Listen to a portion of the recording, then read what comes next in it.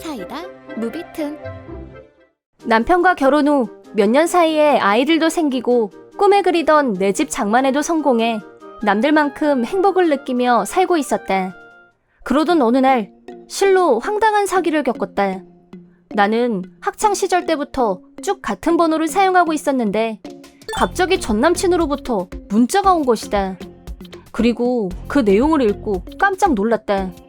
내가 전 남친으로부터 돈을 빌렸다는 전제가 깔려있는 상태에서 그 돈을 빨리 갚으라는 거였다.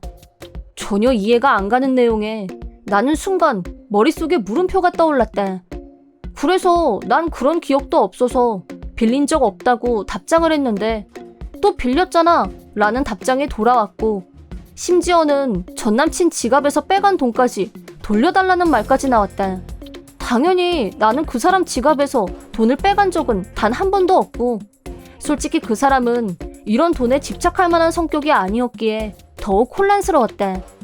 그래서 정말 전남친이 맞는지 확인해보기 위해 답장을 했다. 그러자 돈을 훔쳐간 증거랑 사용증도 있고 못 믿어오면 경찰서라도 가자는 협박까지 하니 수상함은 극에 달했다. 그래서 우선 그 차용증과 계좌번호를 보내달라고 답했다. 그러자 차용증에는 3천만 원이라고 적혀 있었고 계좌도 전 남친의 계좌가 맞았다. 하지만 역시나 수상하다고 생각한 나는 그의 개인정보를 도용한 사기라고 판단해서 경찰에 신고해버렸다. 직접 통화를 하지 않은 이유는 헤어진 전 남친이기도 해서 딱히 그러고 싶지는 않았기 때문이다.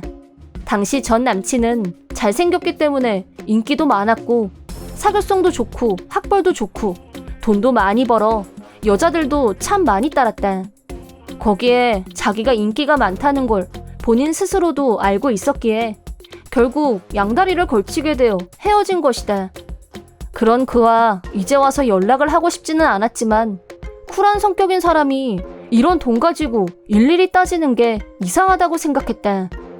남편한테 말할까 고민도 했지만 아직도 전남친과 연락을 하는 사이라고 오해를 받는 것도 싫어서 얘기하지 않고 경찰에 연락을 기다렸다.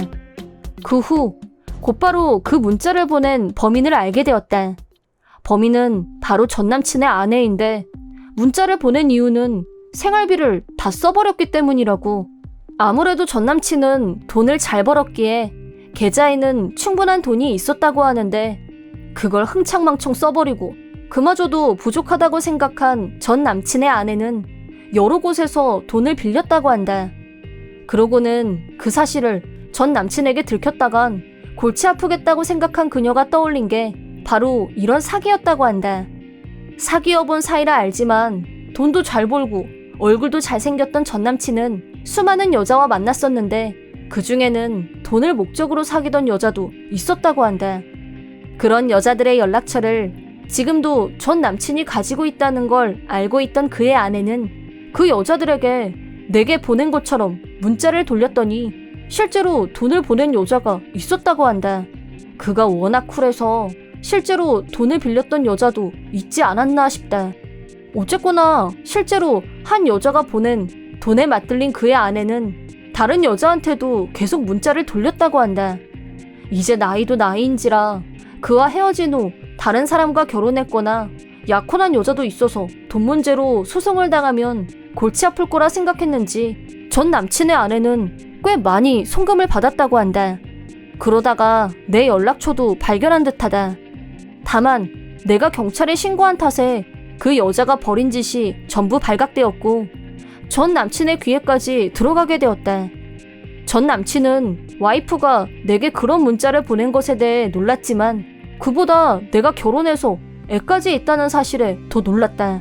전화로 미안하다는 말과 함께 합의를 보기 위해 만날 일정을 잡고 대화를 나누기로 했는데 전 남친의 아내는 안 오고 전 남친만 나왔다.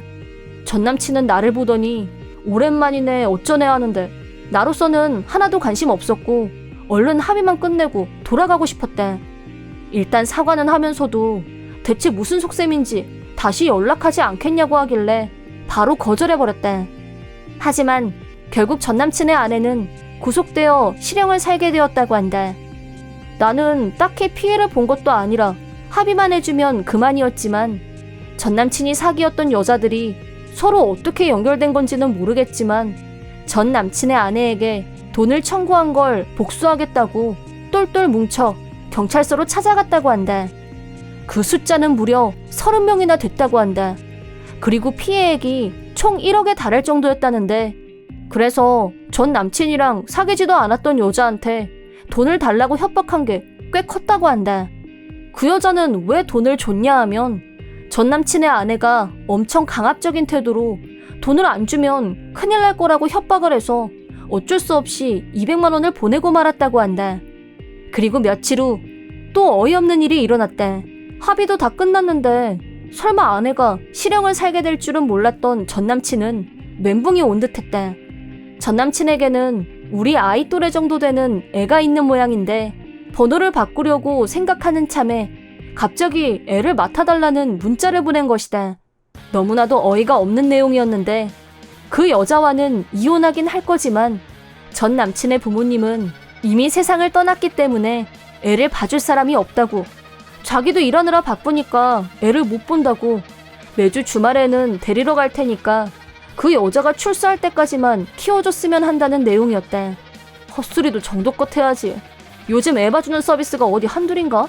그런데도 왜 굳이 내게 그런 부탁을 했는지 이해가 가지 않았다. 몇 년이나 연락조차 하지 않았던 내게 잘도 그런 소리를 한다.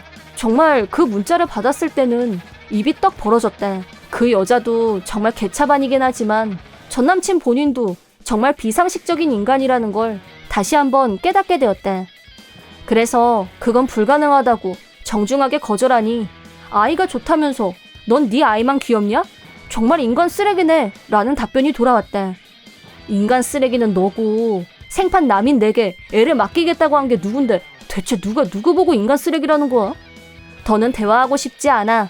자기 인생은 자기 스스로 책임지자 라는 답장만 보냈다. 그 후 바로 차단해버렸기 때문에 두 번 다시 답장이 오는 일은 없었다. 그 후 사건이 커진 탓에 경찰에게 조사받는 일도 생겨서 결국 남편에게는 들키고 말았지만 나를 걱정해줄 뿐 딱히 내게 뭐라고 하진 않았다. 이럴 것 같았으면 처음부터 남편한테 전부 다 얘기하고 전 남편과 합의를 볼 때도 남편과 같이 나갔으면 좋았을 것을. 아마 나 혼자 나가는 바람에 우습게 보인 게 아닌가 싶다.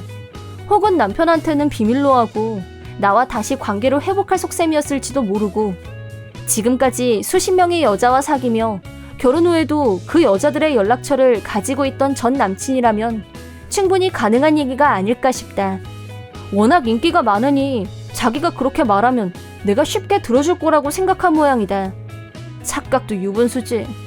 다행히도 전 남친이 나에 대해 아는 건 번호뿐이었고 주소를 포함해 그 외에 어떤 정보도 알려주지 않았기에 앞으로 다시 연락이 될 일은 없을 것이다.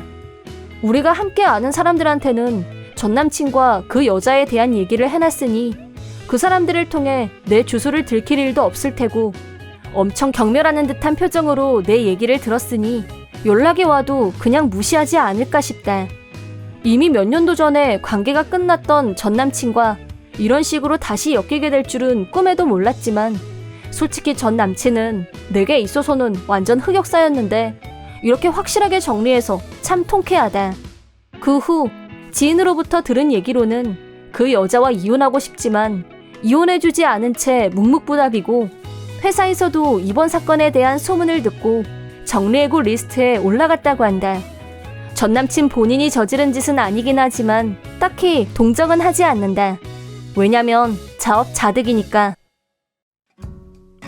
이번 영상은 어떠셨나요? 재밌게 보셨다면 구독, 좋아요에 댓글까지 달아주시면 감사하겠습니다. 그럼 다음 영상에서 만나요.